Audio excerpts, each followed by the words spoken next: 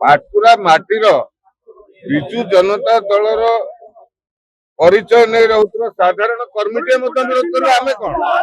ତାଙ୍କୁ ପାଟକୁରା ମାଟିରେ ବୋଧେ ବସିବା ଅସମ୍ଭବ ହେଇଛି।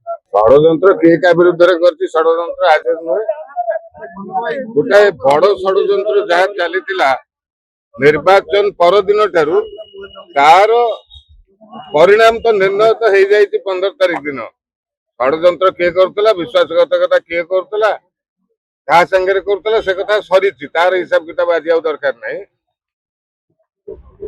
1.5 ବର୍ଷ ଭିତରେ ଗୋଟାଏ ଅପଚେଷ୍ଟା ଚାଲିଥିଲା କେବଳ ବିଧାୟକଙ୍କର ଦଳକୁ କେତେ ଦୁର୍ବଳ କରି ଦିଆଯିବ। ଦଳକୁ ଯୋଉମାନେ କାନ୍ଧ ଦେଇ 25 ବର୍ଷ ହେଲା କାନ୍ଧେଇ ଚାଲିଥିଲେ ତାଙ୍କୁ କେତେ ଦୁର୍ବଳ କରି ଦିଆଯାଇପାରିବ ସେ ସମ୍ପୂର୍ଣ୍ଣ ଅପଚେଷ୍ଟା କରିଥିଲେ। ତେଣୁ 1.5 ବର୍ଷ ଲାଗିଗଲା ଗୋଟେ ବିଶ୍ୱାସଘାତକ ଷଡଯନ୍ତ୍ର ବୋଲି ତାଙ୍କୁ ଜାଣିବା ପାଇଁ ଯଥେଷ୍ଟ ପ୍ରମାଣ ମିଳିଲା ପରେ ମାନ୍ୟବର ସୁପ୍ରିମୋ ସେ ନିଷ୍ପତ୍ତି ନେଇଛନ୍ତି।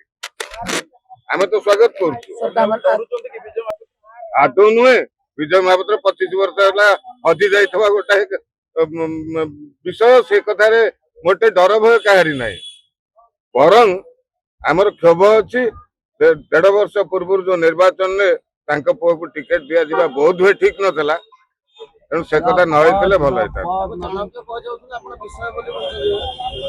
ଚାଣକ୍ୟ କଣ କିଛି ଚାଣକ୍ୟ ଅନେକ ଭାବରେ ସାରା ବିଶ୍ୱକୁ ଦିଗଦର୍ଶନ ଦେଇଛନ୍ତି। ଅର୍ଥନୀତି, ରାଜନୀତି ସବୁଥିରେ ଚାଣକ୍ୟ ଦିଗଦର୍ଶନ ଦେଇଛନ୍ତି। ତେଣୁ ସେ ଚାଣକ୍ୟ ଇଏ ତ ସବୁଥିରେ ବିଜୁ ବାବୁଙ୍କ ପଛରେ 95 ମସିହାରେ ଯୋଉ ଆପଣ ମାନେ ତ ଯୁବକ ତାକୁ ଯଦି ବୁଝିବେ ସେତେବେଳେ ସମୟର ଲୋକଙ୍କ ଠାରୁ 95 ମସିହାରେ ବିଜୁ ବାବୁଙ୍କ ସରକାରର ପତନ ହବାର ମୁଖ୍ୟ କାରଣ ଥିଲେ ବିଜୟ ମହାପାତ୍ର।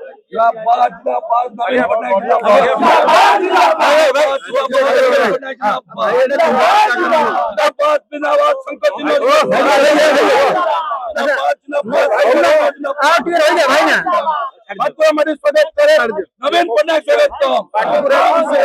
विधायक हिसाब से विरोध करेंगे कि ପାଟକୁରା ମାଟିର ବିଜୁ ଜନତା ଦଳର ପରିଚୟ ନେଇ ରହୁଥିବା ସାଧାରଣ କର୍ମୀଟିଏ ମଧ୍ୟ ବିରୋଧ କରିବୁ ଆମେ କଣ?